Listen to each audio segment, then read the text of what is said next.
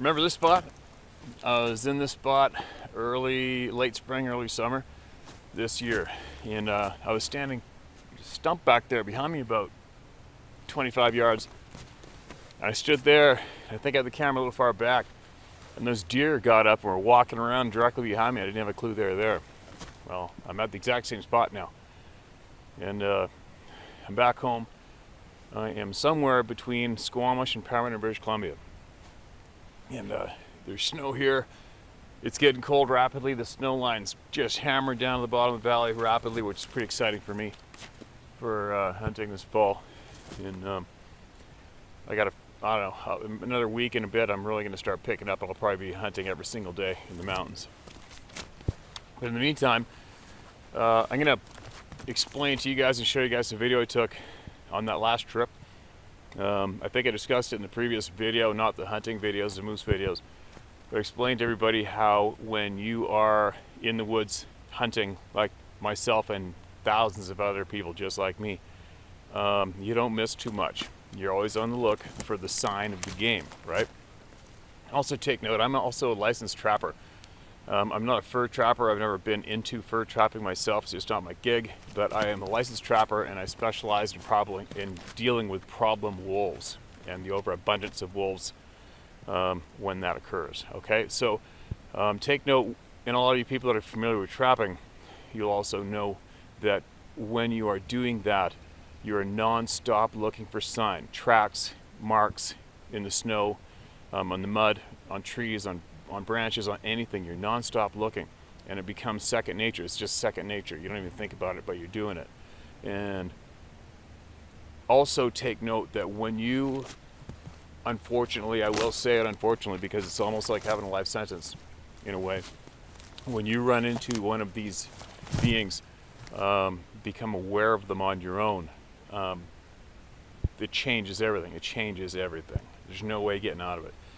And then you become almost doubly aware of your surroundings, the marks on the ground, the sign, and more so at times the sounds. This is sounds that I listen to. I find that I listen to sounds innocently a lot more than I did typically previous. And I'm not just listening for the grunt of a deer or a bugle of an elk or the grunt of a moose or the growl of a bear. You're listening to other sounds which aren't very common, but they do occur. It's going to start raining. It's going to start barfing rain or snow or both. So I'll try to get this done as soon as I can. So I did take, while on this last trip I ran into that area. Well, first this is how it went down. There's a particular zone where you got to take a quad through a real tight old trail. I think it's originated from the local trapper up there, because you can see where his marten boxes are on trees along the way. It's a trap line, registered trap line. And you travel through this old quad trail, I don't know, for about 5 or 6 miles. And then what you'll do is, what I do is I park back in the heavy timber. And I park back in the heavy timber. I try to time it so I'm at least a half an hour, 45 minutes of darkness before the sun comes up for seeing light. Because what I'm trying to do is I'm trying to stand there, be silent. If the sound of the quad or myself or the truck or horses or whatever, if it made noises or disrupted the nature in the dark in that immediate area, or within earshot of where I'm stopping, I want whatever heard me to have that good solid half hour, 45 minutes of darkness and dead silence to go back to just doing what they're doing and forget all about me arriving. And that's why I do that. And I'll bring a good mug of coffee with me in the backpack, and I will peel out the coffee and sit there in dead silence, whether I'm by myself or somebody else, and I'll have a coffee and I'll listen. And what I'm hoping for to happen is if I'm hunting elk, I want a big mature bull elk to bugle on his own without me bugling, calling to make him call. I want him to give it up first. Or a moose, I want the moose to give it up first. I want the prey that I'm after to give it up first to where that they're there, or their location is. And I don't want them to be aware of me, if I can. And that is a big advantage to me, because then I can guess how far away from them they are from me, and I will figure out which way the wind's going, guess roughly where they are, and then I will slowly, silently make my way to as close as I can to them before I mimic their call and let them become aware of me. Because when you do that, if you can sneak into these bulls tight without them knowing, and then let a rip or bugle or grunt go, it triggers them like instantly, and they're coming to kick your ass. Whereas, on the other hand, if I let out a ripper elk bugle or moose grunt from a long ways away, and that bull possibly has cows with him, and he's mature and he knows how the game works, he's going to look towards the call of me, know I'm quite a ways away, and he's going to think, what the hell am I going to invite that guy over to kick my ass for? I'm going to take these girls and get out of here quietly. And there's a potential for him doing that. So that explains what I'm doing when I arrive to my spot half an hour, 45 minutes early in the dark.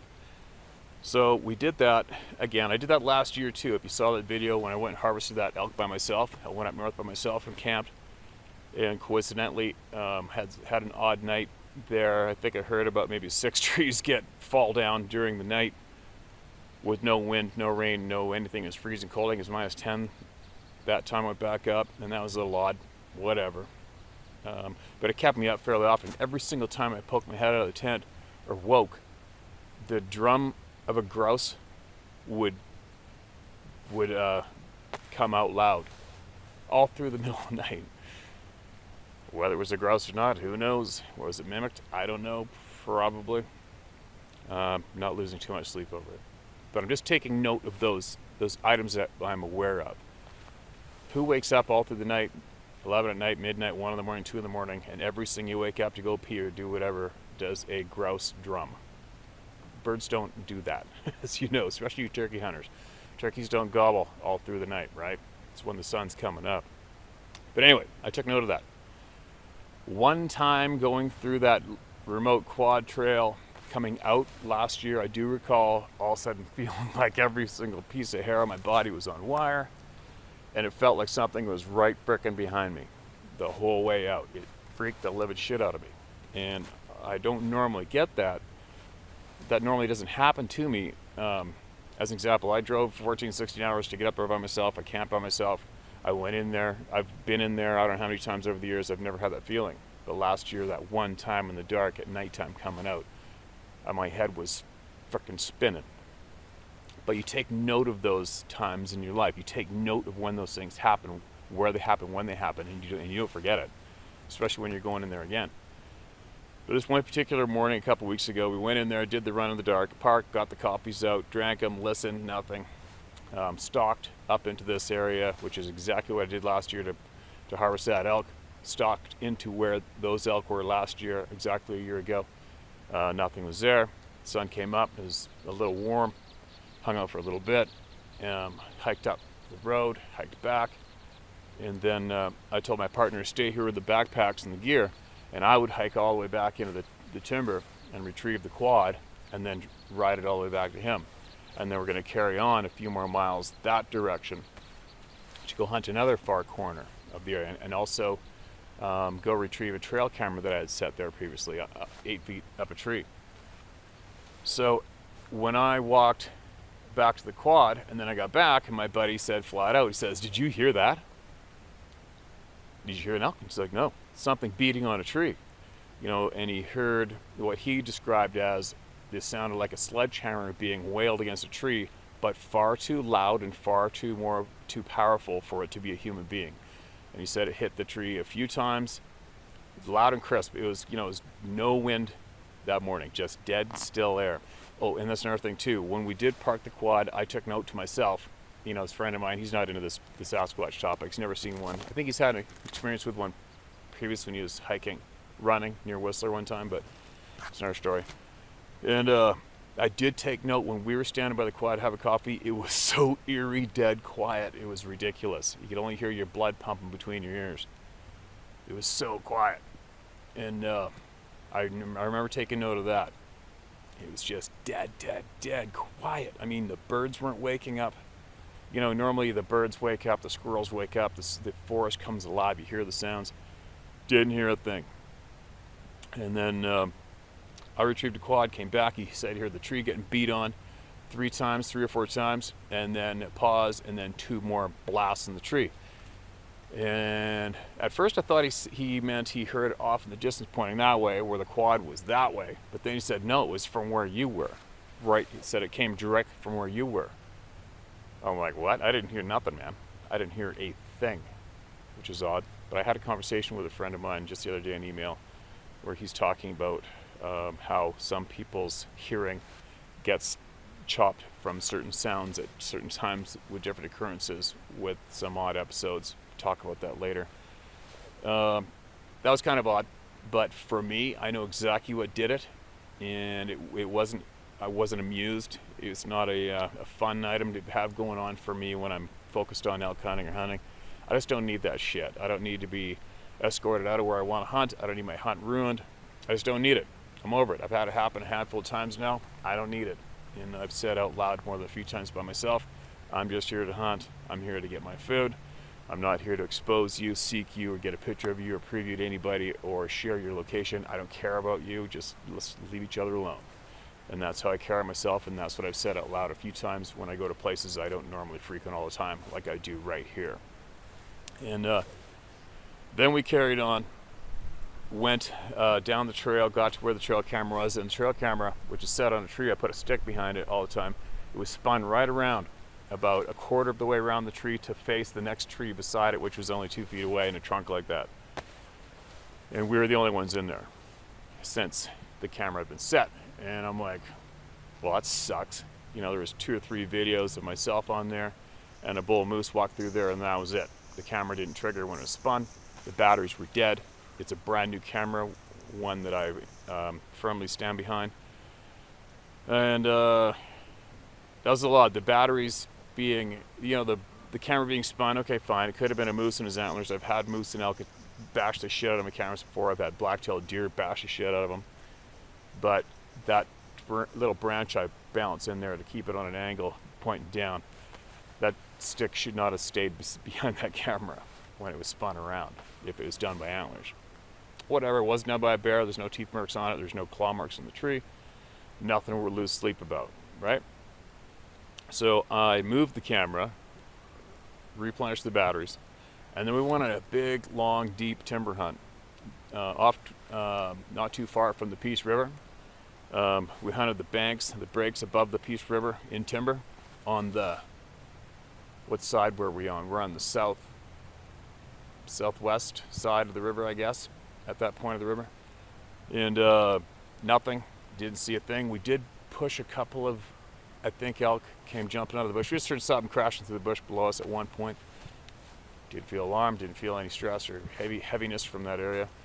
And then went around about a mile and then did a long hike back through thick, previously logged off area with small hardwood trees growing up in the area. And then all of a sudden, by fluke, before we got to the road, which is another 300 yards farther, we came to this area where I don't know how many trees were snapped off at head height. Cleanly snapped right off. And there wasn't one mark on the bark. Nothing. No teeth marks, no antler rub marks, no claw marks, no nothing. And some of those trees were, I guess, size of my wrist, maybe a little bigger, and they were snapped right off. All consistently at around head height, 6 to 7 feet tall off the ground. And you could see where whoever it was that came into that patch, you could see where he snapped them coming in. He either snapped the trees coming in or snapped them going out after demolishing this area of about, I'd say it was about 15 by 15 meters round. The grass in these trees, we're conditioning at the height of it in the greenery. And you come into here, and all this grass has been stomped down and it's dead. Do you notice that? Yeah. All the grass in these trees is stomped down dead. And beside it, it's all upstanding, thick and green and lush. So whatever was in here stomped down a lot of freaking grass while they were making a little display or doing whatever the hell's going on. I don't know. Whatever.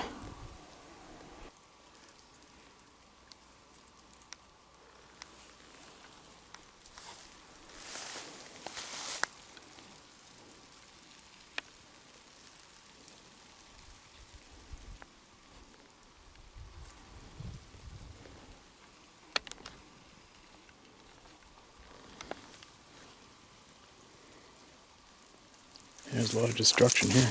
I don't know what did this. It's not antlers.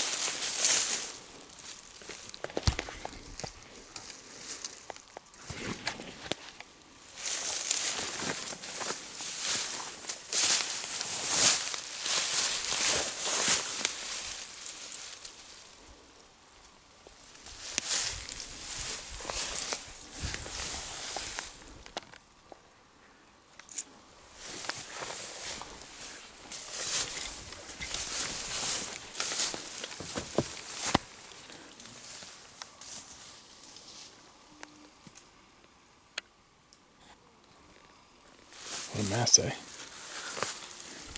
It's just really weird. That's hard to snap. Look at this, it's snapped twice.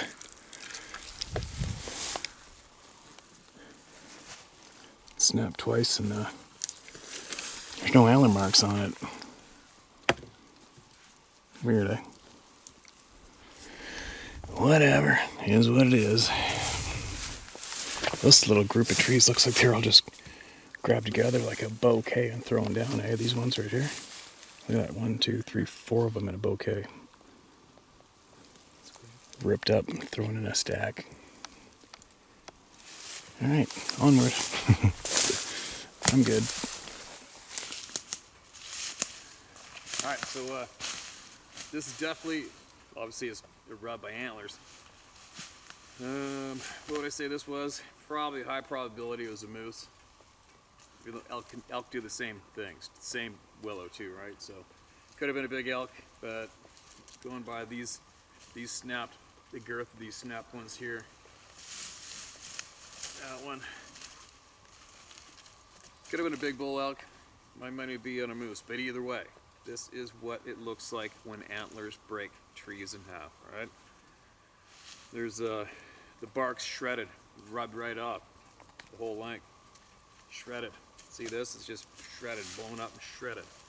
All from antlers, scraped up and down, scraped up and down. Scrape marks everywhere.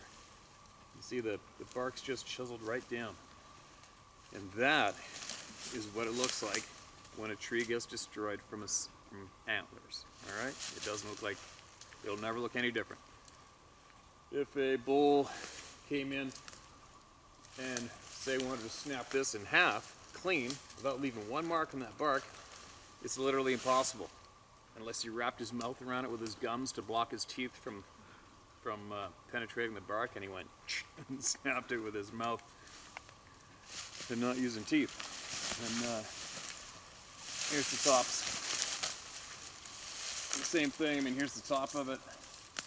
Even with this, you can see where it took a whole pile of rubbing. First, all the way around, you can see where the bark's rubbed off. Small branches are beat off. This is rubbed off. It's all 100% done by antlers. Okay? So you can see the clear, obvious difference in these 30 or so trees that you can see in this other video clip.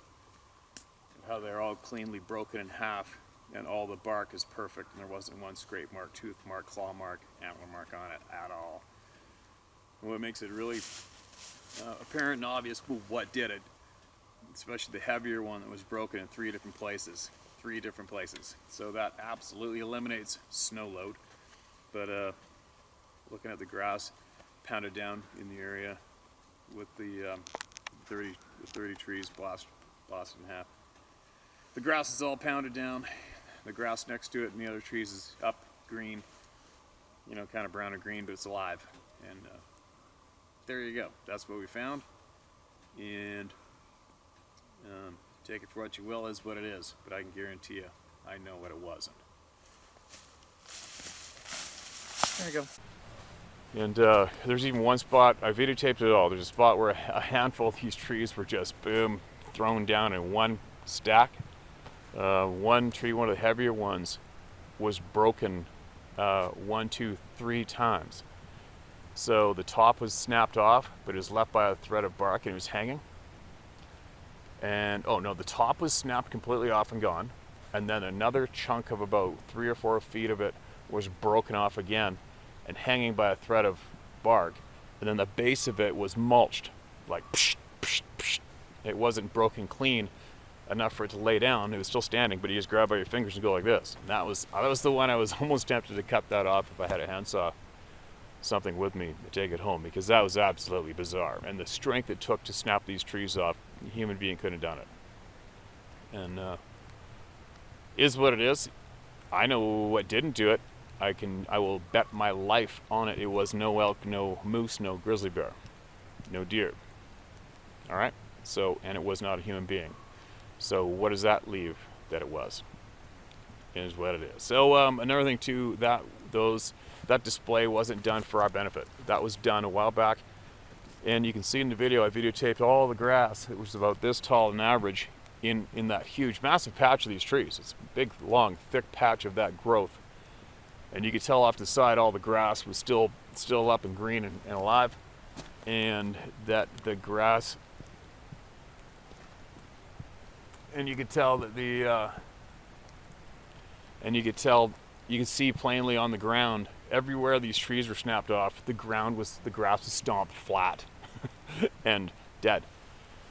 So that's a lot of stomping if it was a hoof of a moose that long and that wide, right? Which it wasn't. But anyways, there you go. That's the explanation for what we innocently bumped into, ran into, heard, and saw. And again, I don't look for this shit, but due to the nature of what my task at hand and what I'm doing, I don't miss anything. And again, which I said in that past video, if I see it, it's possibly interesting to a lot of you out there, I'll videotape and share it. It's too easy, right? I always have a camera with me, probably 2 or 3 at all times, no matter what. And there you go. So that's what happened. You can see it in the video. And it was later after that, back at camp, that we went through this old trail. It's actually not far from Trapper Cabin. And both sides of that old trail in was those spruce or pine trees, you know, an average like this to that big and thick on both sides of the road. And when we came out, the top of that tree was laying across the trail, snapped off that thick. All right, take note of what I just said. When we went in, there was no tree on that trail. It was evening hunt, dead silent, no wind, no clouds, unfortunately, because we wanted it to be overcast for hunting. And that was across the trail when we came out. And we glanced at it, I'm like, nice. And we just kept on going. But I did go back there a couple days later because I wanted to find the tree that thing came from. It took a little bit, not a little bit, but because it was kind of camouflage. You're looking up in the trees, looking for it snapped off, and meanwhile, the rest of that tree was laying flat on the ground, uprooted, and that top 16 feet was snapped off and thrown over 40 feet away across the trail. And then I shared that.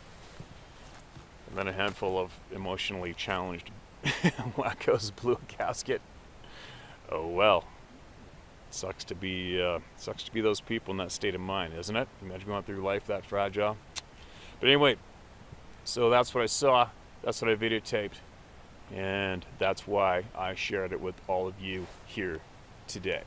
Okay? And I will guarantee you, probably hundreds of you out there have seen the same thing.